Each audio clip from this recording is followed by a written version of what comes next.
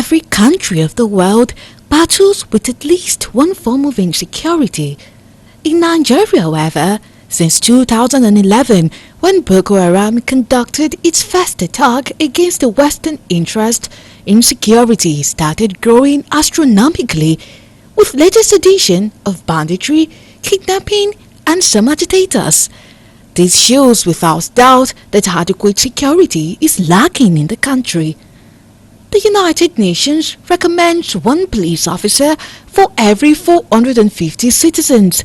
Nigeria has a population of about 206 million and only 371,800 police officers, which leaves a police officer for about 554 citizens.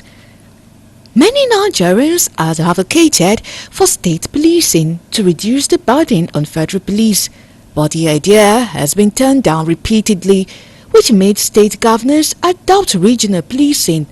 Amotekun for the southwest, Ibibiagu for the southeast, and Shege Kafasa in the north. Recently, Nigeria's National Assembly, in an attempt to review the 1999 Constitution, passed 44 bills, but once again, state police is thrown out, which is one of the few reasons 25 states of the Federal Republic of Nigeria owed back consent for the transmitted bill. Is this justified or not? Join us in Firecrakers to get answers. Okay, now the question on ground is this. Since a lot of states are not assenting, their House of Assemblies are not assenting these bills, and then statistics show that you need 24 states before these could be passed, is there any chance that the National Assembly would be willing to include state policing in these bills that have been transmitted? Well, you see, it's a bit difficult to get straight to your question without laying foundation for Nigerians to understand why we are in this situation. First, the framers of our constitution, in their wisdom, taking into our complexity into account, decided to give us what we call a rigid constitution. A rigid constitution as opposed to flexible one. Now, the definition of the two is that the flexible one is the one that can easily be changed with a very loose procedure. The rigid one is the one that makes the alteration of it a little bit rigid. And that is what is reflected in section 9 of our constitution. Now, that is to address the fears that were raised before the constitution was drafted by the different ethnic nationalities in this country. For those who know what sociology is talking about when it talks about cultural relativism and cultural universality, the evolution of power in this country as it stands today appears to favor the federal government more than the states. Now, the states themselves appear to work and interpret the constitution in such a manner that it will give them more power than the local government, which is not the intendment of the framework of our constitution. So when the process of alteration of the constitution is to take place, the National Assembly ought to have engaged the governors and all those stakeholders so that we start going on the irreducible minimum. But again, our procedure does not allow for that. And what the procedure says is that you constitute the committee, and the committee will open its windows for people to submit proposals for amendment of the constitution, which was done. Followed, taken to the public hearing, discuss everything. So it is amazing that after agreeing on all these points, the states will begin to withdraw from assenting to the bill. It's really amazing.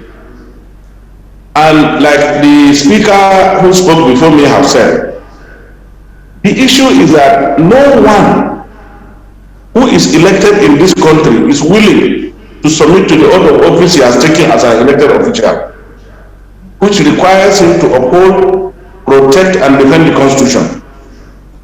So we can see misuse of power, abuse of power, and Nigerians are left in this situation with no one to hold responsible. On the part of the National Assembly, we have done our best. We have gone through the process, and the buck is now on the table of the state. If it is their wish that this still be frustrated, as Democrats, we assume that that is their will. But we believe that if they knew that this was how we were to go, we ought not to have wasted public funds in engaging in this process based on demand of the people. So this is really the situation that we are in. And let me tell you why Section 9 made it a bit difficult to go through this process. You see, if you make the Constitution in a federal state so loose that every government that comes into power can change it to suit certain purposes, then you are indirectly exposing Nigerians to dictatorship. And that is why the framers of our Constitution, in their wisdom, decided to insert those clauses in Section 9 of the Constitution of the Federal Republic of Nigeria that requires that procedure to be followed before altering the provision of the Constitution. Okay, but if we look at what was obtainable in 1999, it is definitely not what we have right now. Insecurity was not tearing Nigeria apart like we have now compared to what we have in 1999. And since it seems everyone seems to believe that the issue of state policing is in the best interest of all Nigerians, because looking at the number of the police officers we have in Nigeria is so small compared to the 206 million population that are Nigerians. Would you not agree that it is in the best interest? And since what we are doing right now is we are trying to amend the Constitution in a way that will be suiting for all Nigerians, so would it be too much that the National Assembly consider this bill on state police? It is for the safety of all Nigerians after all. Yeah, but that provision of the Constitution alteration has been debated on the floor of the Senate, and it has been voted for on the floor of the Senate and the House. Now let me correct one impression. What was happening in 1999 to date is an issue of erosion of responsibility, in the country. If it is the responsibility of the police to take care of certain things, and no one is holding them accountable for doing so. Whether you have a state police or not, the story will be the same. Let me borrow the words of Father Kuka, who said that the more the thing changes, the more they remain the same. You see, the issue is commitment by our security agents to be accountable to the people and then to do what they have been assigned to do based on the oath of office they have taken as security personnel, i.e. the army, the police, the SSS, what do they call it? All the paraplanners of security that we have, which is even unique to Nigeria. It appears that because we have them in so many nomenclatures, then we have issues of trying to coordinate them to provide security for Nigeria. Nobody runs the kind of security architecture that we run that will definitely have accountability in the provision of security in a country. But be that as it may, in this situation, it is better for Nigerians to understand the fact that our insecurity has more to do with what people did in the past that gradually brought us to where we are.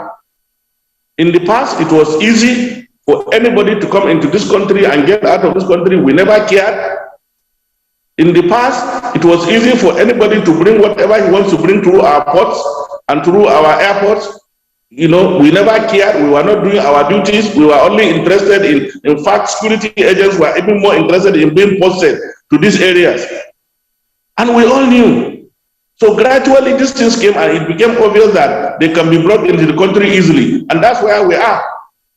So let us, it has nothing to do with the Constitution, and it's better for us to address that and understand the fact that it's not about the Constitution, it is about accountability and responsibility and then patriotism of those who have been vested with the responsibility of discharging these duties. And if today those who are in authority will insist on accountability, things will be different. I'm telling you. So let us not mix up issues about whether state police or whatever. Now let me ask rhetorically, why will a governor, with due respect, create a separate security outfit in his state and then still come back to the police to give him protection?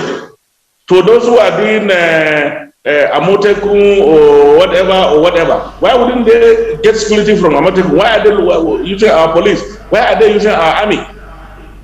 So let's address this issue. These issues have nothing to do with either state police. I'm not against state police. I know that it will enhance more security. It will bring more accountability.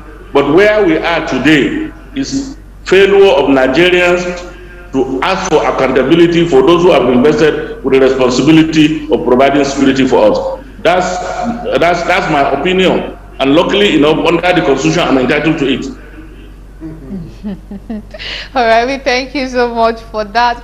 And now, speaking about accountability, what we have in reality is we inherit things from our forefathers, be it their riches, their mistakes too, because from what you said now, the issue of insecurity that we have in Nigeria is perhaps due to negligence of our past leaders, and we have to deal with it whether we like it or not.